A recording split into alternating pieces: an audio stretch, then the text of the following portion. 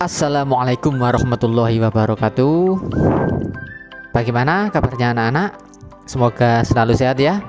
Doakan saya juga diberikan nikmat sehat oleh Allah Subhanahu wa taala ya. Ya, mari sama-sama saling mendoakan walaupun belajarnya ini dari rumah. Ya, kali ini kita akan belajar mengenai teknologi ramah lingkungan. Ya, tentunya kalian bertanya-tanya, maksudnya gimana sih teknologi ramah lingkungan seperti ini? Nah, salah satu contohnya itu yang berkembang sekarang adanya mobil listrik ini. Ya, ini termasuk kategori teknologi yang ramah lingkungan.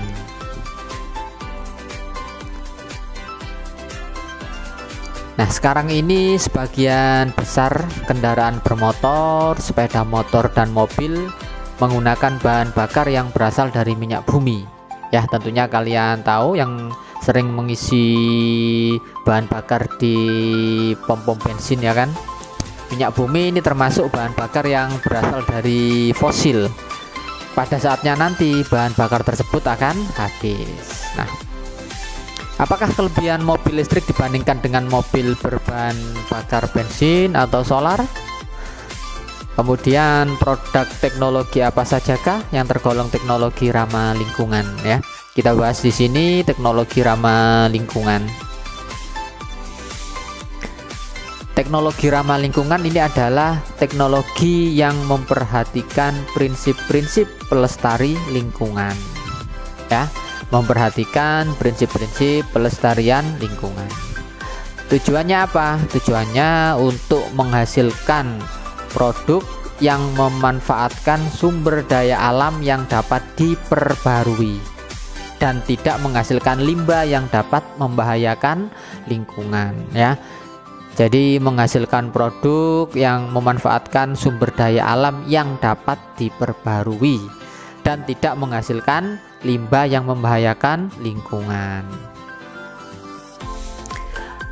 Aplikasi teknologi ramah lingkungan diantaranya ada pada beberapa bidang ya. Nah, ini bidang energi. Nah, bidang energi contohnya biogas.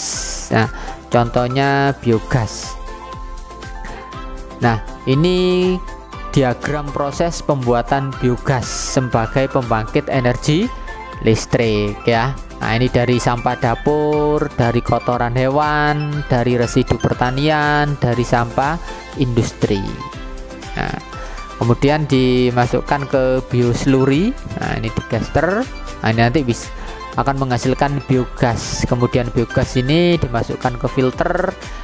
Nah, ini nanti bisa menghasilkan gas, bisa dipakai untuk memasak ya. Bisa menghasilkan energi untuk pemanas dan penerangan, bisa menghasilkan listrik. Kalau di pupuk bionya ini bisa dipakai untuk pertanian organik. Nah, ini di bidang energi. Di bidang transportasi ya, seperti di awal tadi ya. Teknologi ramah lingkungan di bidang transportasi ini diantaranya ada mobil listrik, ya, ada mobil listrik marlip, mobil tenaga surya, mobil hidrogen, sepeda listrik, sepeda motor listrik.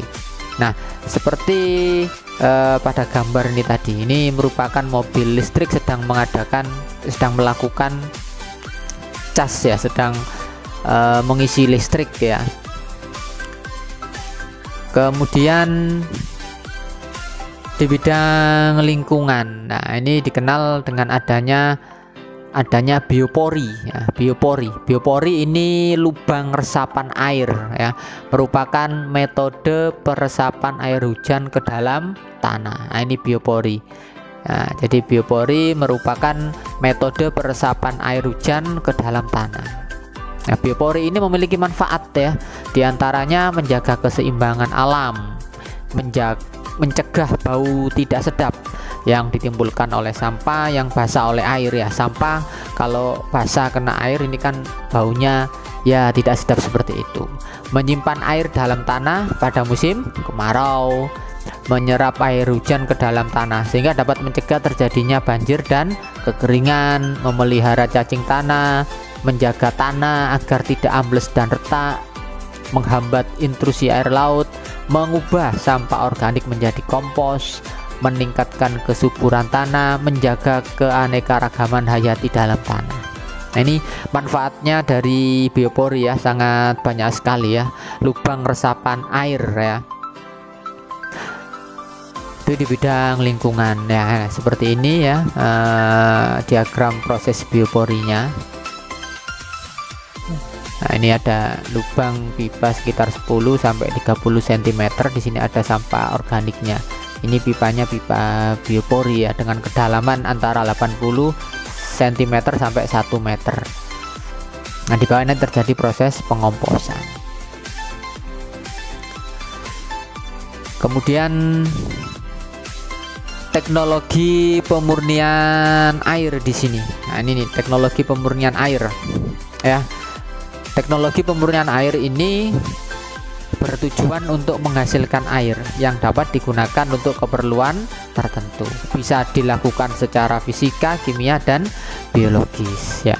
Kalau secara fisika ini dapat dilakukan melalui penyaringan, pengendapan, atau penyulingan.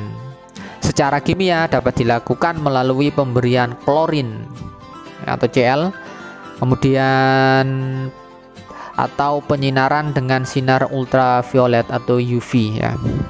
Secara biologis dapat dilakukan dengan cara memberikan karbon aktif ke dalam air yang akan dimurnikan ya.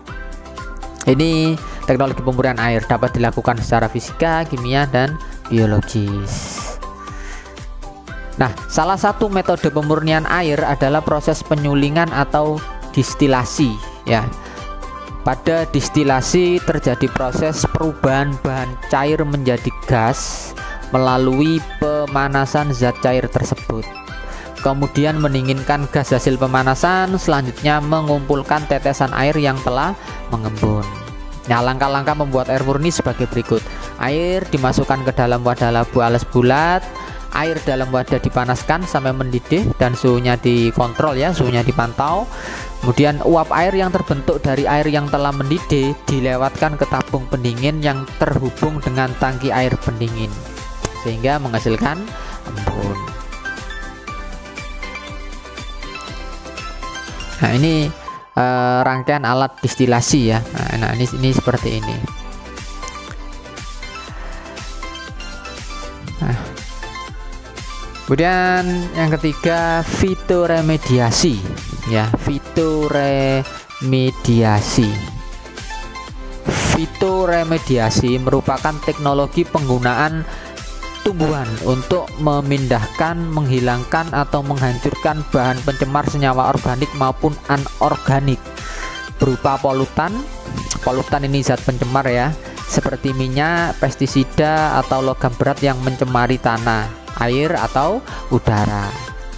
Nah, spesies tumbuhan yang dapat digunakan untuk fitoremediasi ini sebanyak kurang lebih 27 spesies. Di antaranya ada pisang, lotus, keladi, kana, dahlia, akar wangi, bambu air, padi-padian, papirus, alamanda, dan tanaman air ya. Jadi teknologi penggunaan tumbuhan ini ya. Jadi teknologi penggunaan tumbuhan untuk memindahkan, menghilangkan, atau menghancurkan bahan pencemar senyawa organik maupun anorganik. Dan yang keempat ada toilet pengompos. Nah, ini merupakan toilet sederhana yang hemat air tetapi higienis dan tidak menimbulkan bau. Toilet pengompos ini menghemat penggunaan air bersih sehingga air yang biasanya digunakan untuk menyiram toilet dapat digunakan untuk keperluan lainnya. Nah, kemudian di bidang industri ini ada namanya biopulping ya. Biopulping, proses pelapukan kayu dan sampah tanaman oleh mikroorganisme.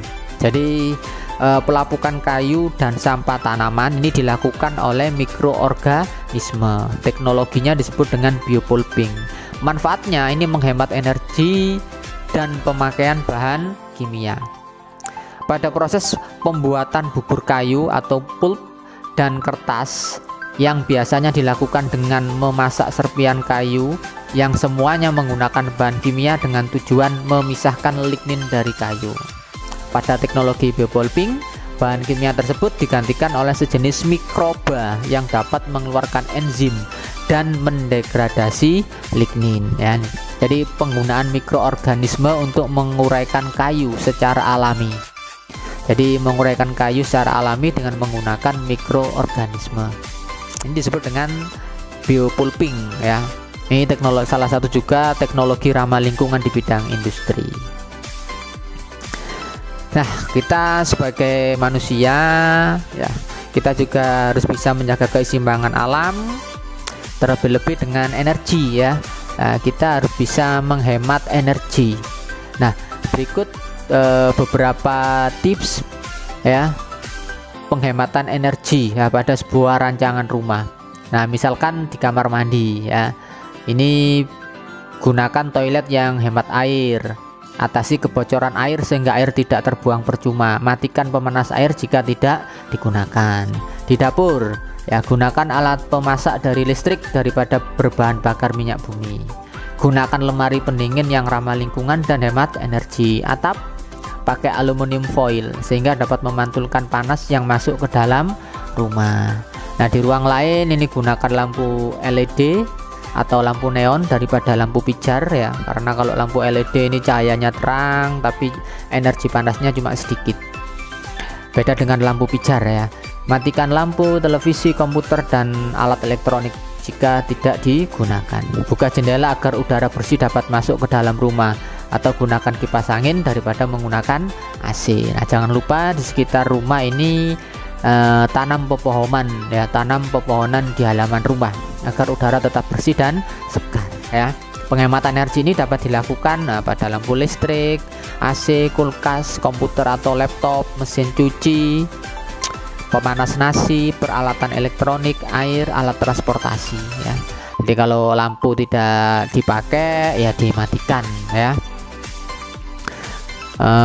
Kemudian air ya, kalau air tidak dipakai ya otomatis ya dimatikan ya airnya. Nah, ini perilaku hemat energi ya.